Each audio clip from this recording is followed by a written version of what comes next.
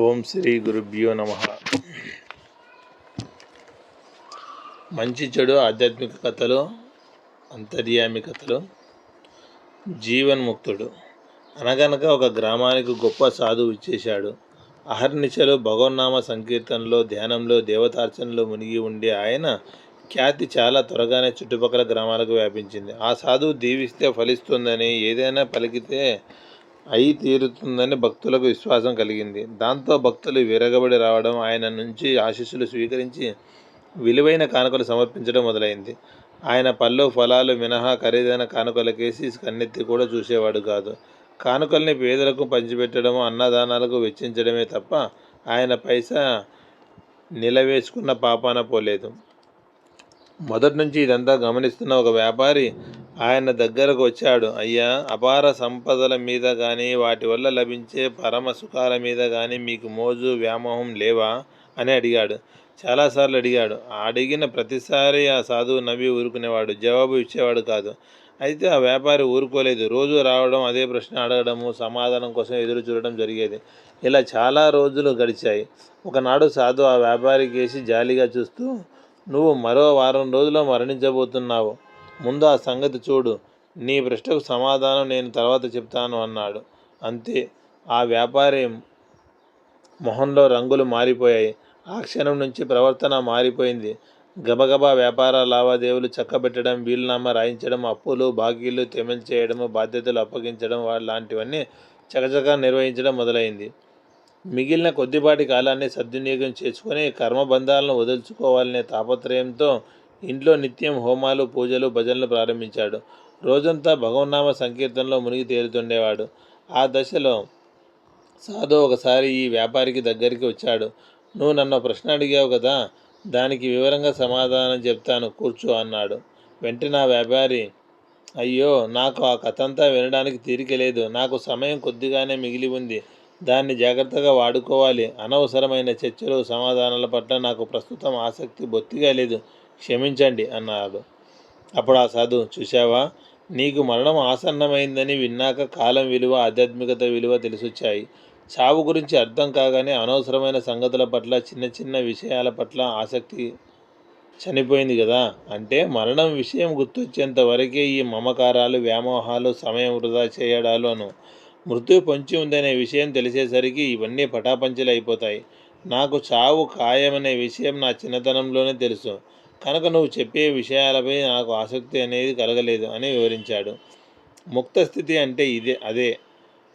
ఆ స్థితిలో ఉన్నవారికి జీవన్ముక్తులు అంటారు. ముక్త స్థితే నిజానికి ఆనందమయ స్థితి. ఆ స్థితికి చేరుకుంటే ఈ ప్రపంచంలోని సుఖాలను, భోగాలను త్యాగబుద్ధితో అనుభవించు అని ఈశావాస్య ఉపనిషత్తులో చేసిన బోధన బాగా అర్థమవుతుంది. జీవితాన్ని ఆనందమయంగా గడపడం అలవడుతుంది.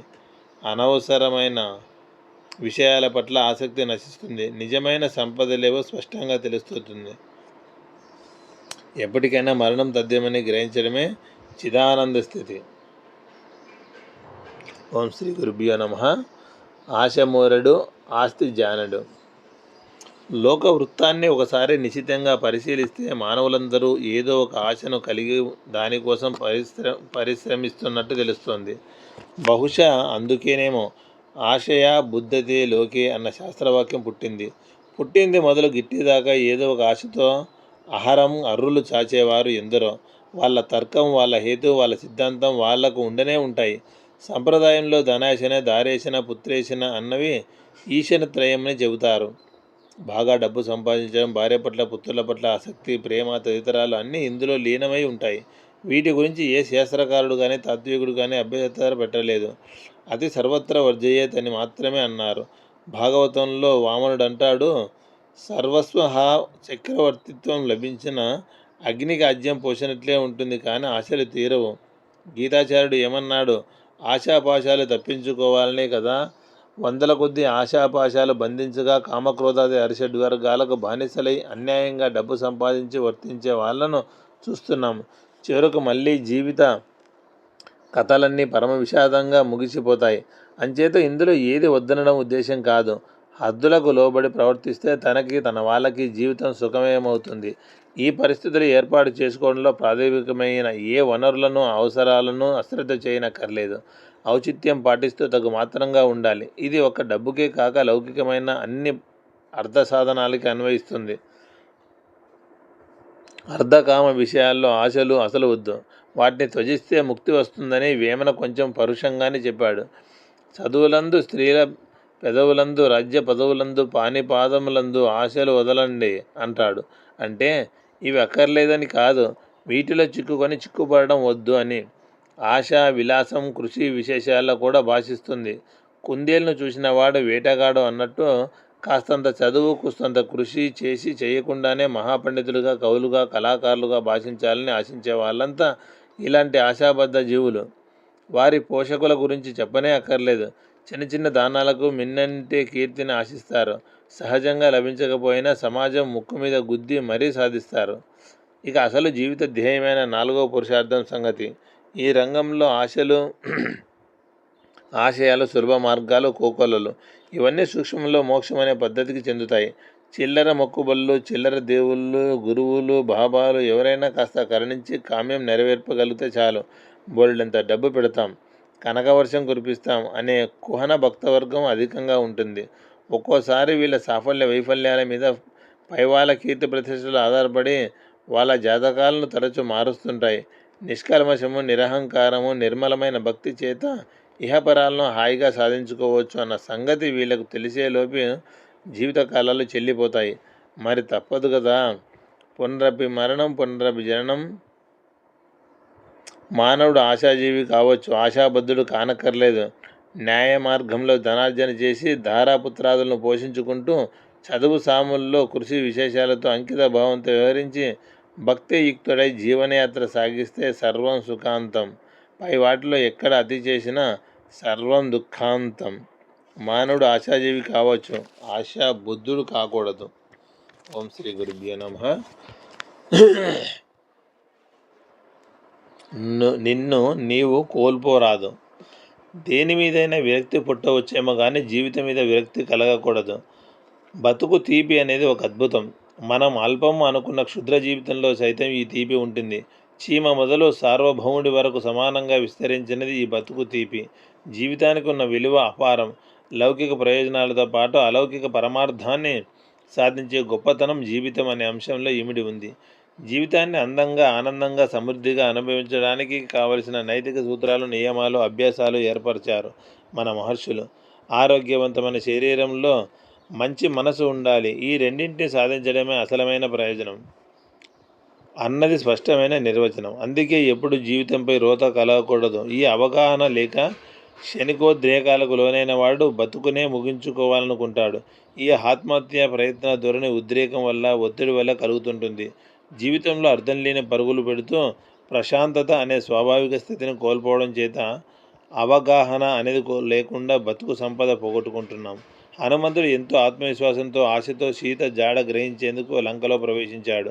అంతా వెతికాడు, ఇంకా వెతకవలసినదేదీ లేదనేంతగా సర్వం గాలించాడు. కానీ సీతమ్మ జాడ కానరాలేదు. అప్పుడు అతడిలో ప్రవేశించింది నిరాశ, దానితో నిస్పృహ. క్రమంగా జరిగే పరిణామాలను ఊహించాడు. ఏ సమాచారం లేకుండా ఒట్టి చేతులతో తిరిగి వెళితే రాముడు సుగ్రీవుడు అందరూ హతాశులవుతారు. అందుకే తిరిగి వెళ్ళడం కన్నా ఇక్కడే ఆత్మహత్య చేసుకుంటే మేలు అనిపించింది. బుద్ధిమంతుడు కనుక తక్షణం ఆ బలహీనత నుంచి బయటపడ్డాడు. సక్రమంగా ఆలోచించాడు. చనిపోవడంలో చాలా దోషాలున్నాయి, జీవించి ఉంటే ఎన్నో శుభాలు చూడవచ్చు. ఇది హనుమంతుడి మాట వాల్మీకి రామాయణంలో. ఈ ఒక వాక్యాన్ని మంత్రంలా మననం చేస్తే చాలు. నేటి తరం అంతా వాళ్ళ గది గోడల మీదనో డైరీ మొదటి పేజీలోనో మొత్తానికి హృదయ ఫలకంపై బలంగా లిఖించుకోదగిన వాక్యం ఇది. ఒక్కొక్కసారి అంతా శూన్యమే అనిపిస్తుంది, కానీ ఆ క్షణం శాశ్వతం కాదు కదా. భవితవ్యము మన అంచనాకు అందేది కాదు. ఈ క్షణం దాటితే అంతా మేలే కలగవచ్చు. ఈ లోపల తొందరపడి మృత్యువును స్వాగతిస్తే ఆ శుభాలన్నీ అందుకునే అవకాశమే మిగలదు. ఈ వాక్యంతో ఆత్మబలాన్ని పుంజుకున్న హనుమ ఆశావాదం ఫలించింది. అశోకవనం కనిపించింది. సీత జాడ దొరికింది. ఆశావాదానికి ఉన్న సత్ఫలం అది. అలలా వచ్చిన దిగులే అంతా కాదు. తన కుమారులందరూ విశ్వామిత్రుడి కారణంగా మరణించాక వశిష్ఠుడికి దుఃఖోద్రేకం కలుగుతుంది. ఆ ఉద్రేకంలో ఆత్మహత్యకు సిద్ధపడతాడు. పర్వతం మించి దూకి ప్రాణాలు తీసుకోవాలనుకుంటాడు. ఈ లోపల భూదేవి ఆయనను చేతితో పట్టి కాపాడి మందలిస్తుంది. ఓ వెర్రి, చచ్చిపోతే జీవితం తీరిపోతుందా అని ప్రశ్నిస్తుంది. ఇది చాలా సూటి ప్రశ్న. శాశ్వత శాంతి అనే సముద్రాన్ని చేరుకునేందుకు ఈ జీవితాన్ని వినియోగించుకోవాలి, జ్ఞానాన్ని సంపాదించాలి. అందుకే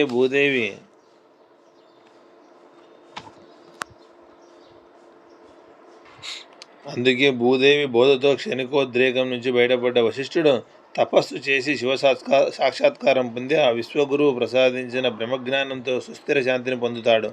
అలా ఆయన తపస్సు చేసిన చోటే శ్రీకాళహస్తి క్షేత్రమని పురాణ కథ. ఈ కథలో జీవుని పరంగా తాత్విక స్పృహతో ఆత్మహత్యా ప్రయత్నం అవివేకమని స్పష్టపరిచారు. ఇలా ధార్మికంగా, లౌకికంగా, తాత్వికంగా ఆలోచించిన జీవితానికన్నా విలువైనది లేదు. ముందు మనము, అటు తర్వాతే లోకము. బయట వస్తువులపై, వ్యక్తులపై మమకారం, ఆశ పెంచుకొని అవి కోల్పోతే బతుకునే బలి తీసుకోవడం మూర్ఖత్వం. బయట వస్తువు లభించకముందు మనం ఉన్నాము, అది పోయినా ఉంటాం. మనల్ని నాశనం చేసుకునే హక్కు మనకే కాదు. ఓర్చినమ్మకు తేట నీరు అన్నట్లు సహనానికి ఫలం సౌభాగ్యమే. దుఃఖ క్షణం దాటితే అంతా మేలే కలగవచ్చు. ఓం శ్రీ గురుభ్యో నమః. సత్సంగ వైభవము. భారతీయ సంస్కృతిలో సత్సంగం విలువ, వైభవము అసమానం, అద్భుతమని స్థుతులు, పురాణాయితిహాసాలు వేణుల ప్రస్తుతించాయి. మహాత్ములు శతదా శ్లాఘించారు. సత్ అంటే సత్యంతో సంగం కలియడమే సత్సంగం. సత్యం అంటే ప్రపంచ మనుగడకు ఆధారమైన ఆత్మే సత్యం. ఏదైతే త్రికాలాలను కాలాతీతంగానూ ఉందో అదే సత్యం.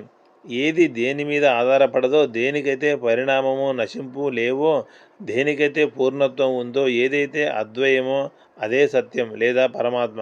కాబట్టి పరమాత్మతో కలిసే ప్రయత్నమే సాధనమే సత్సంగం.